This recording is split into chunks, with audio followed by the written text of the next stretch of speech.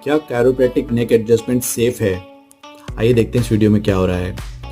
इस वीडियो में हम देख सकते हैं एक हाई वेलोसिटी नेक मैनिपुलेशन जिसे वाई स्ट्रैप नेक एडजस्टमेंट कहते हैं। Just let me know when it starts to feel good in your neck. Okay. Does it feel good? ऐसी नेक एडजस्टमेंट्स के बाद कई रिपोर्ट्स हैं जिसमें पेशेंट्स को स्ट्रोक, पैरालिसिस, जॉइंट डिसलोकेशन जैसी प्रॉब्लम्स हुई हैं।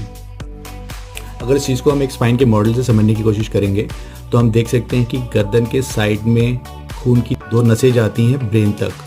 अगर ऐसी मैनिपुलेशंस के बाद इन नसों में खिंचाव आ जाए तो ब्रेन में ब्लड सप्लाई रुक सकती है या कम हो सकती है, जिसकी वजह से स्ट्रोक या पैरालिसिस हो सकता है।